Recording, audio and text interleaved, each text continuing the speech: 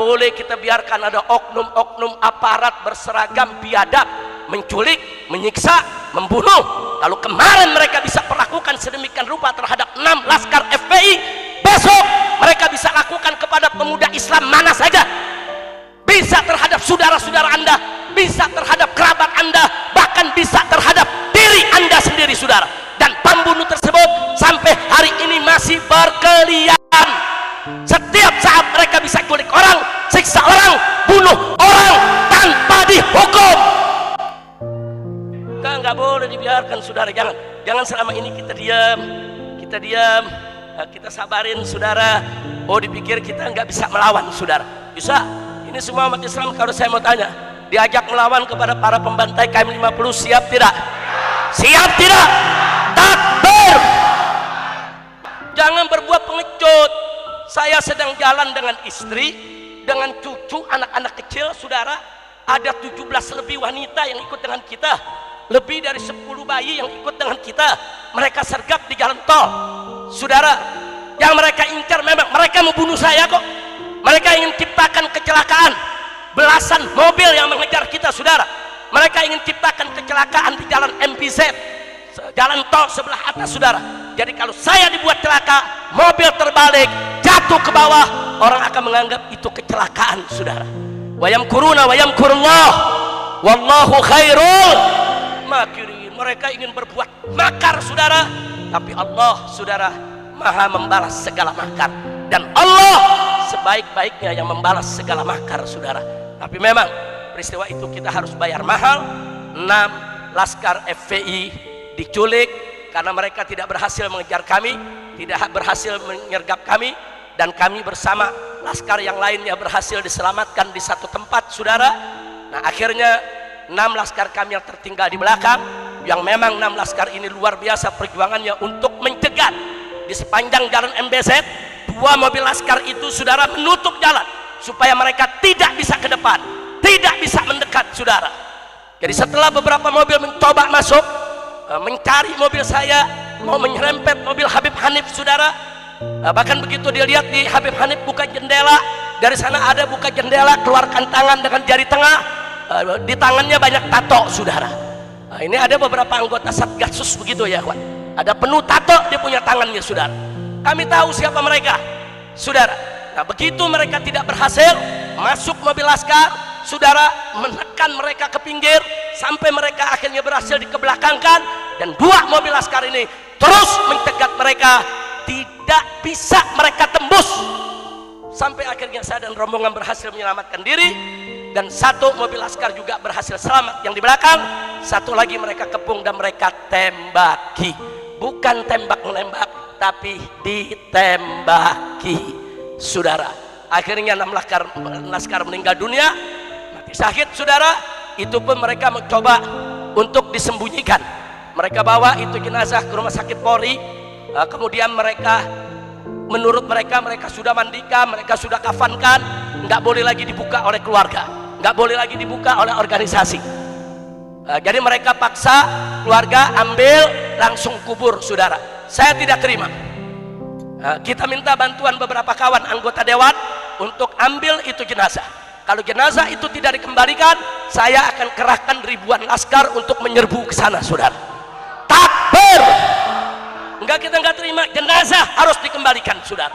Begitu jenazah dikembalikan 6, saudara, saya berikan instruksi kepada semua pengurus DPP FPI yang ada di tempat ini, buka semua jenazah, buka kafannya, buka kapasnya, buka semuanya, panggil tim daripada saudara dokter dari Mercy, kita minta untuk hadir mengabadikan semua. Lihat ternyata apa yang terjadi, saudara. Anda perlu tahu bahwa 6 laskar kami ketika dibawa ke KM50, yang 4 masih hidup sehat walafiat, yang 2 sudah sekarat. Pertama yang sekarat duduk di sebelah kiri supir, tertembak bola matanya, saudara. Nah, sedangkan yang kedua tertembak antara paha dengan pinggangnya dan mengenai pembuluh darah besar, sehingga banyak darah yang keluar tidak bisa dihentikan. Tapi dua-duanya saat di KM50 masih hidup, karena petugas KM50 termasuk pedagang-pedagang yang ada di KM 50. Mereka datang ke tempat ini, mereka datang ke majelis kita memberikan kesaksian.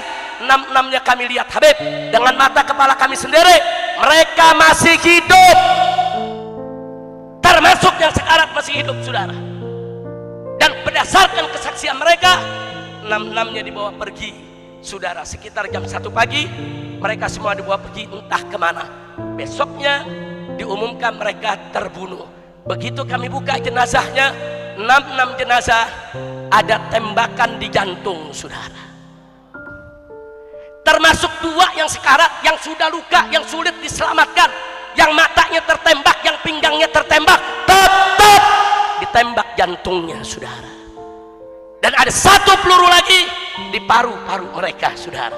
Semua 6-6-nya ada tembakan di jantung, ada tembakan di paru, saudara. Enggak sampai situ, bahkan luka yang menembus jantung dan paru tadi ada luka bakar, saudara. Artinya apa? Ada luka bakar, ditembak jarak dekat. Orang kalau ditembak jarak jauh tidak ada luka bakar, saudara. Tapi kalau ditembak jarak dekat di jantung mereka, di paru mereka, ya akan meninggalkan luka bakar mesiu, saudara. Nggak bisa, mereka nggak bisa melarikan diri dari kebiadaban ini, saudara. Nah, maka itu saya setuju dengan apa seruan tadi dari Dr. Din Samsuddin, begitu juga Dr. Muhyiddin, saudara. Saya setuju semua yang diserukan bahwa segala kezaliman di negeri ini, segala ketidakadilan harus kita lawan bersama. Enggak boleh kita biarkan, saudara, ketidakadilan merajalela di negeri kita. Setuju? Setuju? Saya mau tanya semua, jawab yang ikhlas. Siap lawan kezaliman? Siap tegakkan keadilan?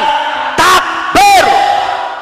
Maka itu malam ini luar biasa dipimpin oleh Buya Ahmad Qurtubi Jailani. Kita diajak istighatsah, kita diajak untuk berdoa. Kenapa? Karena tanpa pertolongan Allah kita tidak akan menang, ya ikhwan. Catat baik-baik, saudara. Sebesar apapun kekuatan kita, sebanyak apapun pengikut kita, sekaya apapun harta benda kita, setinggi apapun kedudukan kita, saudara, sehebat apapun strategi kita, kalau kita tidak ditolong oleh Allah, semua tidak ada artinya, saudara. Tapi Anda tidak usah khawatir. Sekecil apapun, saudara, diri kita, semiskin apapun harta kita, serendah apapun kekayaan kita, serendah apapun juga jabatan kita, saudara, tapi selama pertolongan Allah ada bersama kita, maka tidak ada satu kekuatan sebesar sekuat apapun yang mampu untuk mengalahkan kita, saudara. Maka itu saya tanya sekali lagi, siap meraih pertolongan Allah? Betul.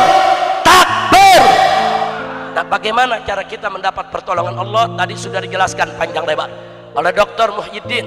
Kalau kita ingin diberikan kemenangan oleh Allah di atas muka bumi ini, tegakkan sholat, bayarkan zakat, dan laksanakan amar ma'ruf nahi munkar, saudara. Kalau ini semua kita laksanakan, gak usah khawatir, Allah akan bersama kita, menolong kita, dan kita akan mendapatkan kemenangan. Sebagaimana kita ketahui pesan daripada satu riwayat disebutkan alaikum bil jamaah fa inna yadallahi ma'al jamaah. Artinya, saudara, wajib bagi kamu sekalian untuk berjamaah, bersatu, gotong royong, kerjasama, jangan berjuang sendiri-sendiri, saudara. Kenapa? Fa inna yadallahi ma'al jamaah. Sesungguhnya pertolongan Allah itu ada pada kebersamaan, saudara. Kalau kita bersatu, kita bersama, berjuang ikhlas, pasti Allah akan menolong kita. Dan Allah sudah janji dalam Al-Quran, intan surullah yang surkum. Jika engkau sekalian sungguh-sungguh membela Allah, memenangkan agama Allah, niscaya pasti Allah akan memenangkan kamu sekalian. Jadi jangan pernah ragu dengan janji Allah, ya ikhwan. Nah, maka itu saya tidak pernah putus asa dan saya tidak pernah ragu. Saya ajak semua murid saya, jamaah saya, sahabat saya, keluarga saya, dimanapun Anda berada, yuk kita jangan pernah putus asa dalam berjuang. 1000 kali kita jatuh gagal, 1001 kali kita harus bangkit kembali untuk melanjutkan perjuangan, saudara. Setuju? Takbir, takbir.